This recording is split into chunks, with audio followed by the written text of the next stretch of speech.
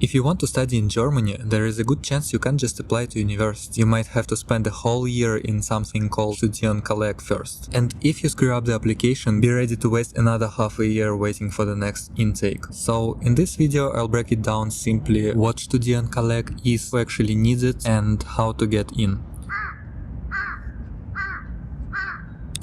Okay, what the hell is Studienkolleg even? I was a bit disappointed when I first learned about it, but I guess it's the price you pay for studying in a good country. See, German students spend 12 to 13 years in school before university, but in many other countries it's often less. To fill that gap, foreign students either study an extra year in their home country or take a preparatory course in Germany and pass the assessment test, the Feststellungsprüfung. There is a database where you can check this in 2 minutes. If you look yourself up, it'll say whether you qualify for general admission to a preparatory course, which is essentially a Studienkolleg.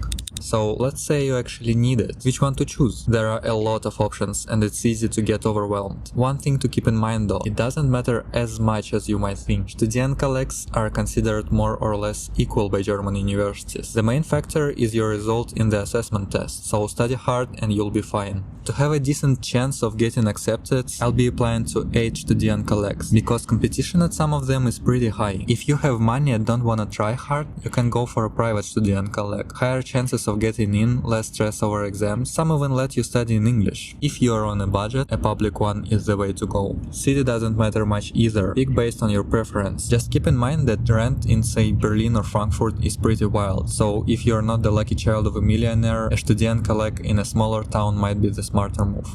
Before you apply, think about what you want to study. Almost every Studienkolleg offers different courses based on your intended major. For example, if you want to study medicine, you go for M course. Business-related fields, B course. Technical majors, T course. And there are also G and S courses for social sciences. Before we get to applications, there is one more thing worth mentioning. Studienkollegs let you apply to different types of universities, either Universität, Fachhochschule, or both. The second one is simply a University of Applied Sciences, and this choice actually matters. Simply put, Universität is for people who need more theory and maybe plan to pursue a master's degree. Fachhochschule, on the other hand, is for more practice-oriented fields. One thing to be careful about: if you go with an FH-only Studienkolleg, applying to a regular uni afterwards becomes pretty much impossible. More on deadlines, types of study, and applications in the spreadsheets. You know where to find them.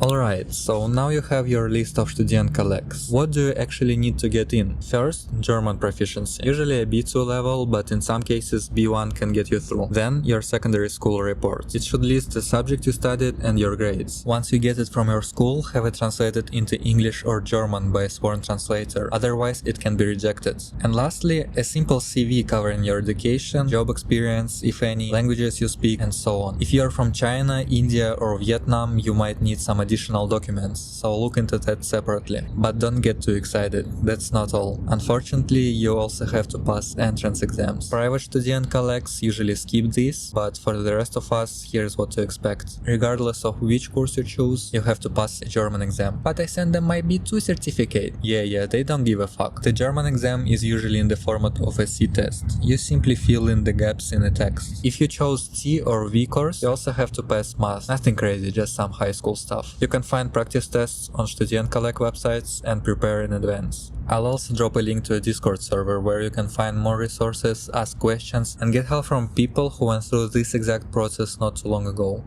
Alright, target schools, documents, what else? Right, the actual application. There are a few ways to do it. The simplest is through Uni Assist. You upload your documents on their website, select your preferred Studienkollegs, and they handle the rest. The downside is the fee, 75 euros for the first application and 30 for each additional one. If going broke before even moving to Germany doesn't seem optimal, there is another choice. Some Studienkollegs let you apply directly through their own websites. It's free, but you have to upload documents to each one separately, and in some cases even send certified copies by post to Germany. Keep an eye on deadlines and apply as early as possible, so you have enough time to sort out your visa.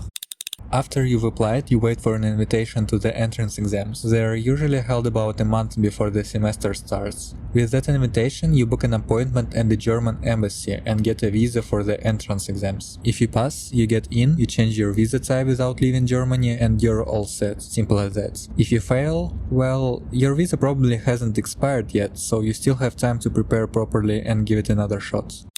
Whew, that was it for today. Hopefully you learned something useful and have a clear picture of how the German education system works. I'm planning to make more videos about my journey to studying in Germany, so stick around if you're interested, and good luck with your prep. See ya.